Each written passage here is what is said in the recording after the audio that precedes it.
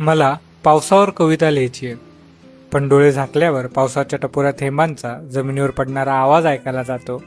कानावर पडतात विद्यार्थ्यांच्या किंकाळ्या, रडण्याचे आवाज, आणि आवाज तेही जे यांना देशद्रोही ठरवायला सज्ज झालेले.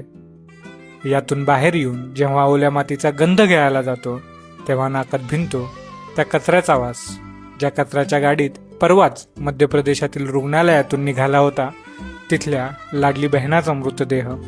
पाण्यात कागदाची हुडी सोडण्याच्या आठवणींना उजाळा देताना खिडकीतून खाली डोकावून बघतो तेव्हा डोळ्यांसमोर आसाममधली संसार उद्ध्वस्त झालेली हजारो कुटुंब आणि जनावरांचे मृतदेह दिसतात. खाली जाऊन भिजावं म्हटलं तर आठवतं कोणीतरी कुठेतरी या देशात आंदोलकांवर असंच पाण्याचा वर्षाव करून त्यांना बडवण्यासाठी सज्ज होतंय, अश्रुधूर आणि लाठ्यांसह. मग हा पाऊस, ती नदी, ती कचऱ्याची गाडी, ती गरिबी आणि ते सरकार सारं सारं क्रूर वाटू लागतं, अगदी एकाच माळेचे मणी असल्यागत.